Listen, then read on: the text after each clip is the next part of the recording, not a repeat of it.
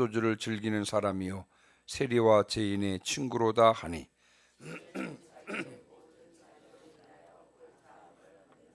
아멘. 오늘은 누가복음 7장 24에서 35절까지 말씀 읽었습니다. 오늘의 본문은 여러분들 읽으시면서 아시겠습니다만 예수님께서 세례 요한에 대해서 말씀하시는 내용입니다. 24절부터 30절까지가 예수님께서 세례 요한에 대해서 하시는 말씀이고, 그리고 나머지 31절부터 35절까지가 예수님께서 예수님 당시의 세대를 평가하는 내용이 24절, 31절부터 35절까지 내용이 바로 그것입니다. 자, 그러면 예수님께서는요 세례 요한과 그의 사역에 대해서 어떻게 말씀하셨을까요? 또 예수님께서는 당시의 세대에 대해서 어떻게 평가하시고 계실까요? 또 주님께서는 오늘의 본문을 통해서 우리에게 어떤 말씀을 하시고자 하셨을까요? 자, 오늘 본문을 통해서 우리를 향하신 주님의 마음을 헤아리면서 은혜 받는 시간 되시기를 주님의 이름으로 축원합니다. 자, 먼저 24절 25절입니다. 24절 25절 우리 다시 한번 읽습니다. 요한이 시작.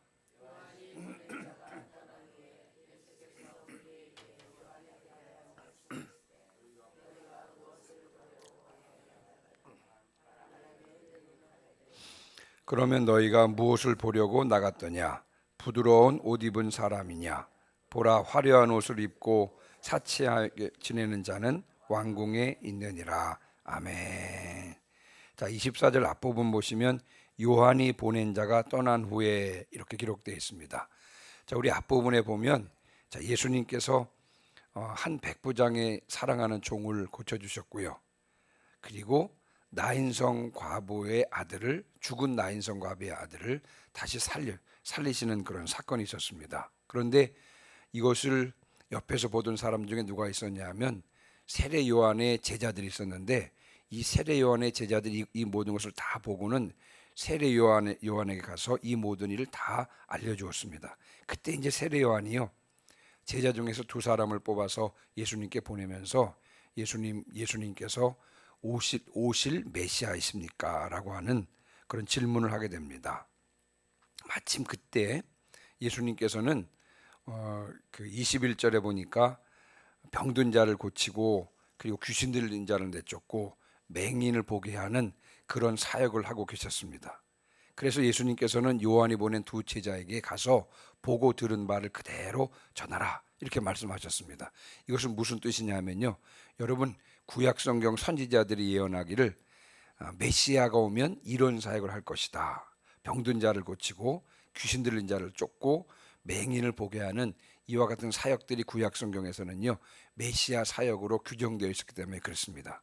그러니까 다시 말씀을 드리면 예수님께서는 내가 메시아다 이런 말씀을 세례 요한에게 전한 것입니다. 자, 세례 요한의 제자들이 돌아갔고요. 오늘 본문은 그 이후의 이야기를 다루고 있습니다. 자, 그러면서 여러분 24절 다시 한번 보시면요.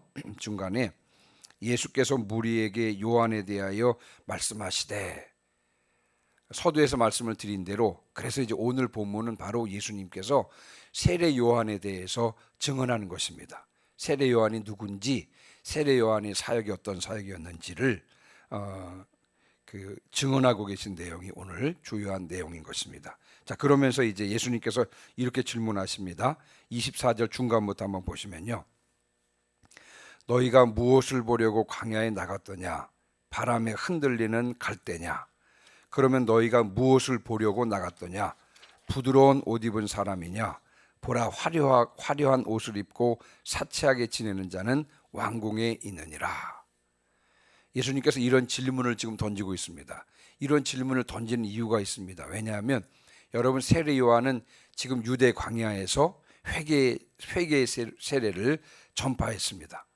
사람들은 세례 요한의 설교를 듣기 위해서 이제 몰려들었는데, 자, 그러나 설교를 듣기 위해서 몰려오면서도 세례 요한이 누구인지, 그리고 세례 요한이 왜 회개의 세례를 전파한지는 알지 못했습니다. 그래서 예수님께서는 이와 같은 질문을 하면서 세례 요한에게 집중하고 세례 요한이 어떤 인물이고 그가 왜 회개의 세례를 전파했는지를 그 이유를 가르치고자 하셨던 것입니다. 자, 그러면서 이제 세례 요한에 대해서 이렇게 증언하는데요. 26절 27절입니다. 자, 26절 27절도 같이 읽습니다. 시작. 그러면 너희가 무엇을 보려고 나갔더냐? 선지자냐? 옳다. 내가 너희에게 이르노니 선지자보다도 훌륭한 자니라. 기록된 바 보라, 내가 내 사자를 네 앞에 보내노니 그가 네 앞에서 네 길을 준비하리라 한 것이 이 사람에 대한 말씀이라. 아멘. 자, 그러면 너희가 무엇을 보려고 나갔더냐? 선지자냐? 옳다. 무엇보다도 여러분, 예수님께서 세례 요한에 대해서 증언한 것이 뭐냐면 세례 요한은 선지자라고 하는 것입니다. 예, 여러분, 세례 요한은 선지자가 맞습니다. 1장 76절에 보면 세례 요한의 아버지 사가랴가 예언한 내용이 나오거든요. 이런 말씀이 있습니다. 이 아이여, 내가 지극히 높으신 이의 선지자라 일컬음을 받고 하나님의 선지자라고 하는 일컬음을 받으리라 라고 사가랴가 예언하고 있고요. 자, 그리고 3장 2절도 보시면요. 3장 2절 보시면, 자, 3장 2절 말씀 보시면 하나님의 말씀이 빈들에서 사가랴의 아들 요한에게 임한지라. 하나님의 말씀이 세례 요한에게 임했습니다. 그러니까 여러분, 세례 요한은 선지자가 분명합니다.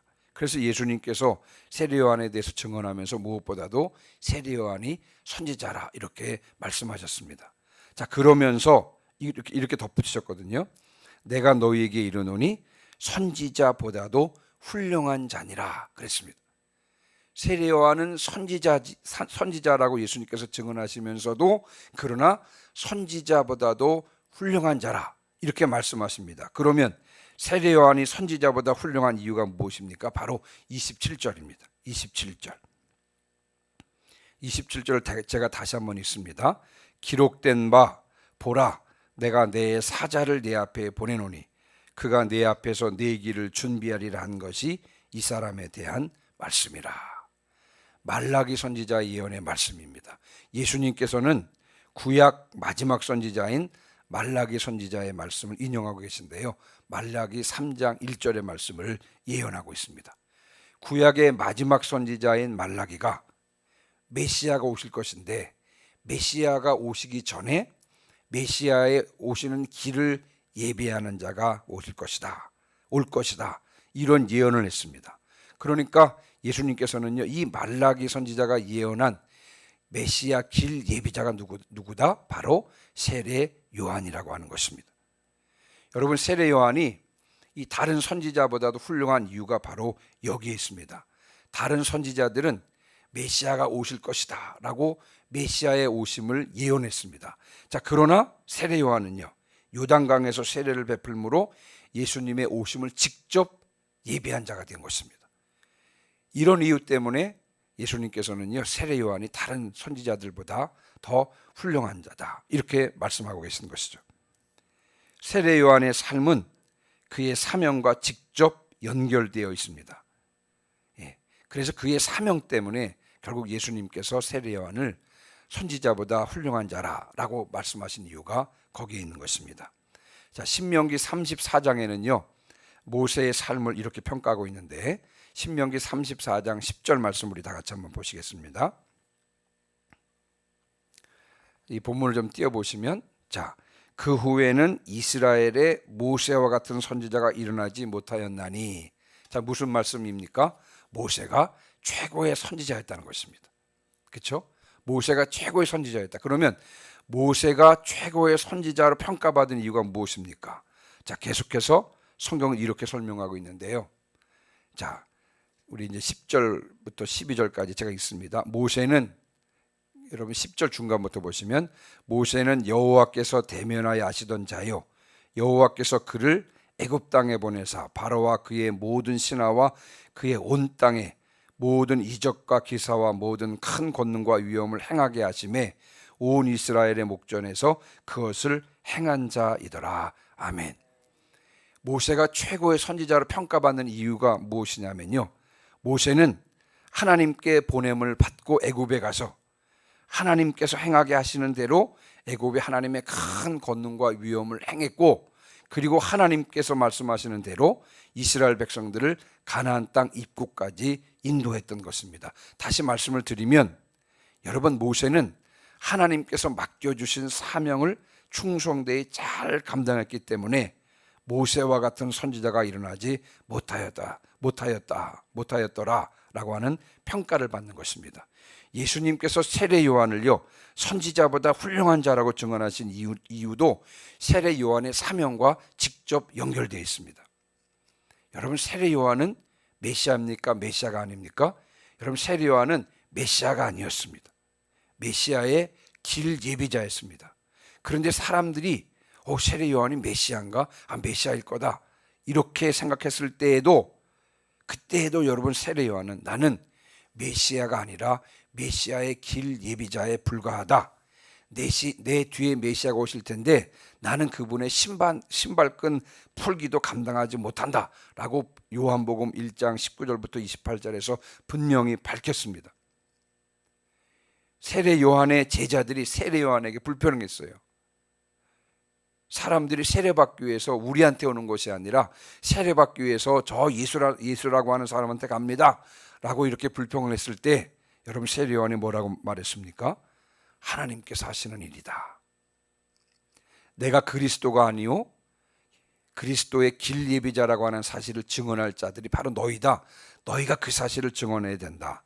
그는 흥해야 하고 나는 망해야 한다 라고 요한복음 3장 22절부터 30절까지 여러분, 세례 요한은 분명히 이야기를 했습니다.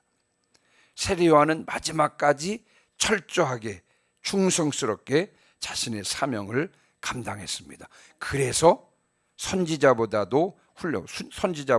훌륭한 자라고 하는 증언을 받게 된 것입니다. 저는 오늘 이 시간에 하나님께서 우리에게 맡겨주신 사명에 대해서 좀 생각해 보고 싶습니다. 우리에게 주어진 사명은 집을 짓는 것과 마찬가지입니다. 자, 집을 지을 때 그냥 여러분 집을 짓습니까? 여러분, 그렇지 않습니다. 먼저 기초를 세우고요. 그리고 그 기초 위에 뼈대를 세웁니다. 그리고 지붕을 덮고 안에 인테리어를 하고 또 외장재를 붙입니다. 자, 이 집 짓는 것, 이 집을 하나님의 구원의 역사라고 하면 어떤 사람은 기초를 세우는 사명을 하나님께서 주셨습니다. 또 다른 사람들은 그 기초 위에 뼈대를 세우는 사명을 주셨고요. 또 다른 사람들은 지붕을 덮고 인테리어를 하고 외장재를 붙이는 사명을 주신 것입니다. 여러분, 우리의 가정의 구원을 위해서도 마찬가지예요. 하나님께서는 어떤 사람에게는 그 가정에 기초를 세우는 사명을 감당하도록 그와 같은 사명을 주시기도 했고요. 또 다른 사람에게는 뼈대를 세우고 인테리어를 감당하라고 하는 사명을 주시기도 했고요. 또 다른 사람에게는 지붕을 덮고 외장재를 붙이는 사명을 감당하도록 하신 것입니다. 비록 집이 완성되는 것을 보지는 못한다 할지라도 기초를 세우는 사명이 내게 주어졌으면 나는 충성되이 기초만 세우면 되는 것입니다. 뼈대를 세우는 사명이 내게 주어졌으면 나는 충성되이 그 뼈대를 세우기만 하면 되는 것입니다. 내게 맡겨진 구간을 충성되이 달리기만 하면 되는 것입니다. 내가 집을 다 짓지 못했다고 염려할 필요가 없고요. 내게 맡겨주신 구간만 충성되이 달리기만 하면 되는 것입니다. 끝까지 달리지 못해서 아쉬워할 이유가 없습니다. 내게 맡겨진 구간만 충성되이 달리기만 하면 나머지 구간의 역사는 주님께서 친히 이루어 주실 줄 믿습니다. 비록 힘이 들고 끝이 보이지 않고 가시밭 같은 길이라고 할지라도 주님을 신뢰하며 성령의 도우심을 구하며 내가 맡은 구간을 최선을 다해서 달리시기를 주님의 이름으로 축원합니다. 나머지 구원의 역사는 내가 아니라 주님께서 완성하실 줄 믿습니다. 자, 28절입니다. 자, 28절을 같이 읽습니다. 시작. 내가 너희에게 말하노니 여자가 낳은 자 중에 요한보다 큰 자가 없도다. 그러나 하나님의 나라에서는 극히 작은 자라도 그보다 크니라 하시니. 아멘. 자, 우리가 이 부분 28절 좀 집중해서 봐야 될 본문인데요. 자, 예수님께서는 세례 요한을 극찬을 했습니다. 28절 앞부분에 보면 여자가 낳은 자 중에 요한보다 큰 자가 없도다 라고 말씀하시면서 여러분 세례 요한을 극찬합니다. 자, 그러면서 그러나 하나님의 나라에서는 극히 작은 자라도 그보다 크니라 라고 말씀하셨습니다. 이 말의 의미는 무엇일까요? 여러분, 이 본문에 대해서는 좀 집중할 필요가 있다고 말씀을 드렸죠. 예수님께서는 이 말씀을 통해서 세례 요한을 깎아내려고 한 것이 아닙니다. 예수님께서는 지금 예수님을 중심으로 이루어진 그 두 시대가 있는데 이 두 시대 속에서 세례 요한을 평가하고 있을 뿐입니다. 자, 그러면 예수님을 중심으로 예수님께서 오시기 전 시대, 예수님께서 오시기 전 사람들은요, 모세의 율법 아래 놓인 옛시대에 살고 있었습니다. 옛시대, 다시 말씀을 드리면 율법 시대라고 할 수가 있습니다. 이 시대는 32절에서는요, 우리가 오늘 32절은 자세히 보진 않겠습니다만 32절은 장례식 놀이로 표현을 했고요, 33절에서 이 율법 시대를 떡도 먹지 않고 포도주도 마시지 않는 시대로 표현하고 있습니다.